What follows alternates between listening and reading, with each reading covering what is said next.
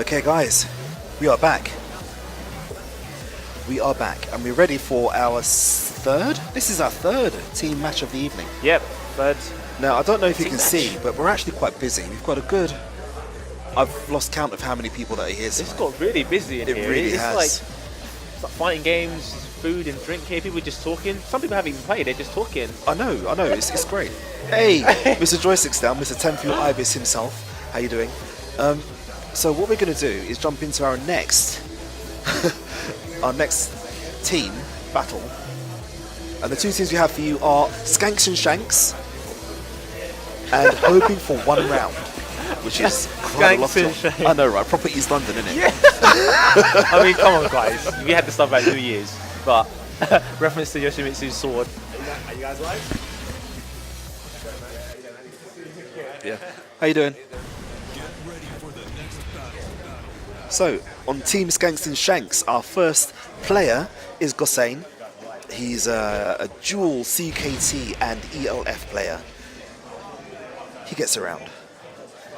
And on Team Hoping for One Rounds, our first player is Trim. Now, Trim, I've not seen him down before. This is his first time.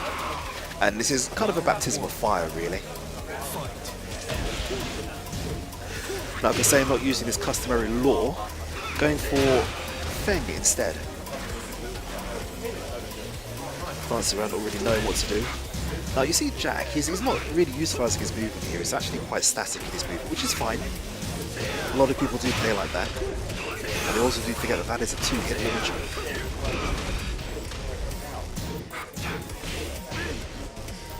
Doesn't opt for the knockdown on that string.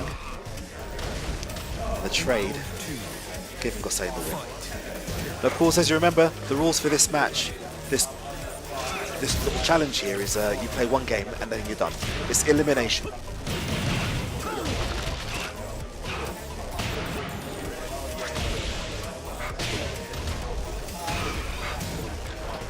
Yeah, sorry guys. Just slightly distracted. Yeah, so it's elimination. And so if Trim loses, Gossain will stay on, the next player will go on. Okay, but there's that launcher. Putting Feng in the driving seat, and this should be death. There's not really much you can do. Feng's got long strings, they take a lot of damage. Well, Feng player with the name Skanks, like, he's the epitome of Skanks. He's a very strong... Oh, fortunate, he gets caught with a second hit. And he just finishes off the string, he just does it again. Yeah. Ooh, what nice. A low parry. Do you know, I find when I do low parries, I always come out by accident. And then I forget that I'm supposed to follow up.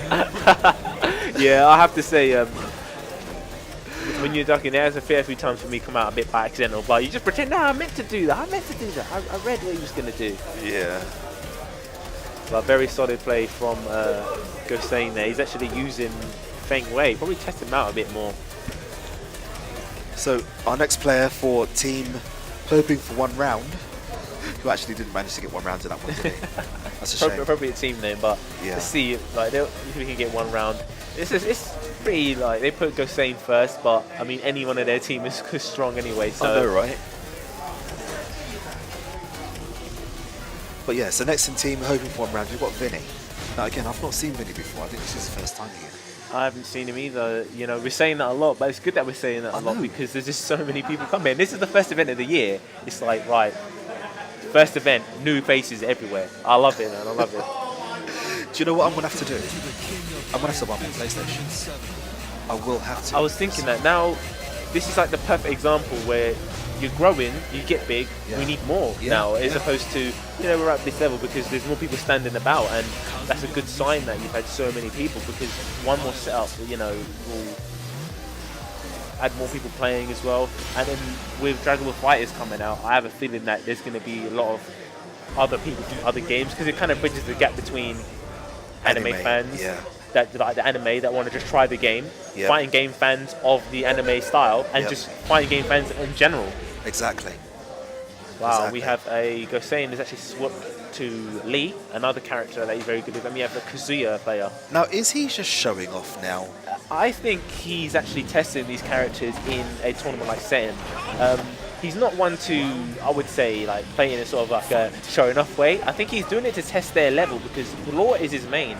Yeah. But I have this feeling that he's working on certain characters for certain matchups because he can use Law, Katarina, Lee, and now I see Fang. Yeah. Now, you see, I like to think that you can judge a Tekken character by how they move when they're not pressing buttons. Yeah. Yeah. That's so true. There's some players that, you know, are very good offensively and defensively, but when you back away with them, you see how they move. Are they just holding forward or just holding back? You can see their movement. Yep. Equally, there is some people that are very good at movement and they like to do the Korean backdash and, oh, you're not backdashing. And then you get up close to them and their defense and offense is weak. Yeah. But they look at you and think, oh, you're not that backdashing. They like sort of, I can't Korean backdash, but I'll still destroy people that do it. Yeah. You know, so equally as they need to have a complete game. And you can see the Kazuya player, yeah, they got around. They got the actual round. They did. Yeah. They actually did really good. He's playing very patiently as well, so I like this play. Nice down jab to interrupt there. Oh, unlucky. Now, Lee is one of those, or Violence rather, is one of those characters that has a lot of plus frames on his moves. He has a lot of moves that if you don't know the properties and you don't know his stances, they're not always apparent that they do have plus frames just by the animation. You have to actually know that is advantage because you will get counter hit by some of his moves. He's a character that you don't see that often, and you have to kind of, I would say, specialize in. You can't just pick up and play Lee. You have to kind of know what you're doing. So when you see a Lee player that's quite high rank, you know that, right, he's going to be good. Yeah. Life kind of even now.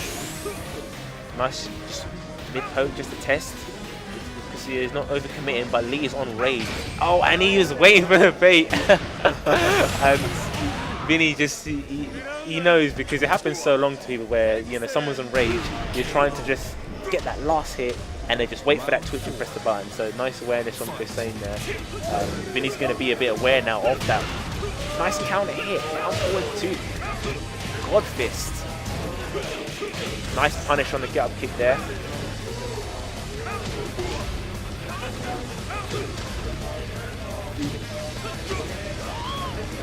See, Vinnie's backing off a lot here. I sense that he doesn't really know this matchup, but not many people do. Not many people choose Lee. But he's doing okay. He's poking away. Yeah, he's playing very patient. Almost going for the counter, but that sidestep into launch actually put him in a lot of trouble. Oh, Vinnie's very good at that sidestep launch. And now he's at the wall. He's on break. Oh, there was opportunity. He gets the 1-1-2, but now he's put. Oh!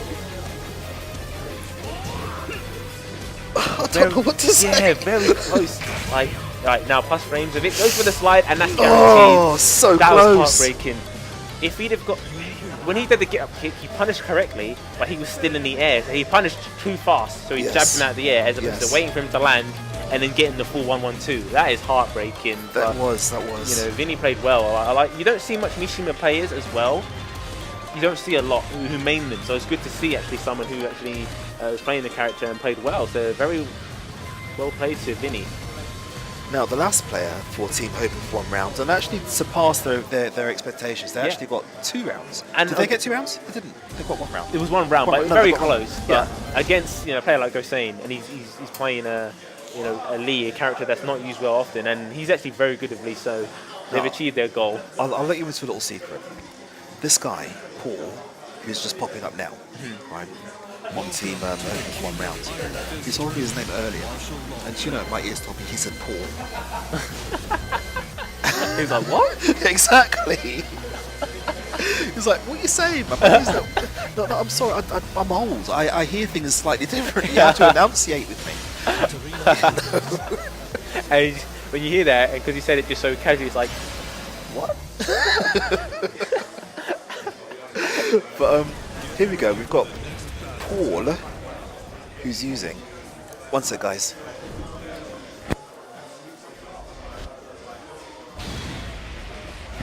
We've got Paul, who's using Katarina. I can't stand that cow personally. And Gossain has gone to Law, and he has Katarina experience because he uses her as well. So he's gone to his main, and he's playing against a character that he knows well. So Paul's going to have to do his best to try and overcome this. Coming in, that's punishable. Yep, he knows the punish for that. He is that actually punishable? Yeah, that. I did not know that. it's deceiving. A lot of these new characters and Hermes animations, I think there should be some her moves more punishable than they are, but that move is punishable. You can't get a lot of it. You have to kind of see the space of your character. Brian can get, what, 26 damage, where Law got quite a bit more than that, so that's punishable, yep. And he goes for it. Oh, no. Bit too overzealous there. That's not even safe. Yeah, Gossain isn't a character, isn't a player to press a lot of buttons after that sort of plus frame move as well.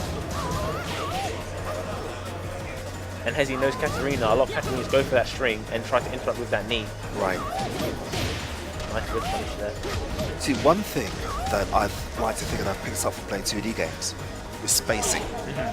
I don't know that with punishing is a big thing, especially in this game. Yeah. And you wouldn't think so because, you know, a lot of characters don't actually have moves that take them forward. Yeah, that's true. Especially in one hit.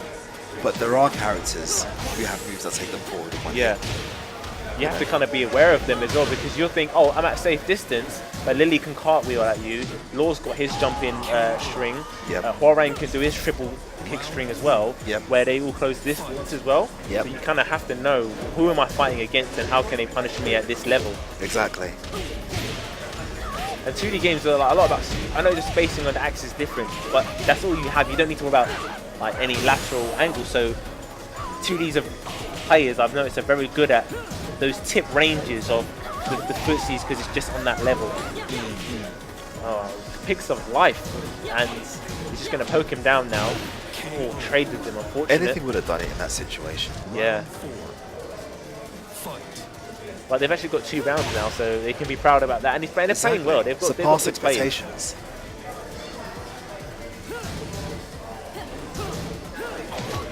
That was nice. Yeah, she's got a lot of moves that crush.